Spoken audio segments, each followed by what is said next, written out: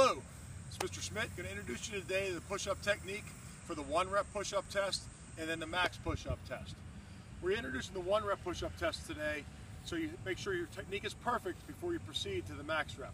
On the 1-rep test, we're going to start with a line on the ground and lie flat on my belly so that my chest is on the line and my thumbs are on the line, moving my hands out wide enough, just wide of my chest so they're under my elbows.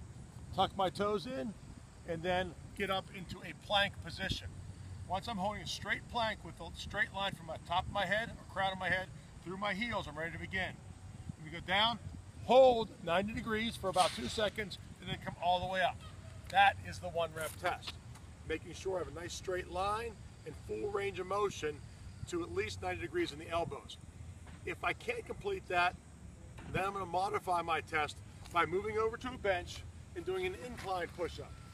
On the incline, it's going to make it a little bit easier, take some of the weight off. Exact same test though. I'm still focusing on getting all the way down and all the way back up. If I can't do that, I could progress to a negative push-up, which we'll work on in class.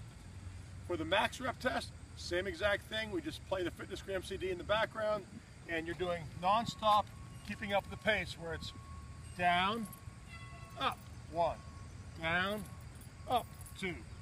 And you continue until your form breaks. Being careful to keep that straight line in your back. Suggestions to practice: pull your phone out, set it up to videotape yourself so you can see for yourself if you're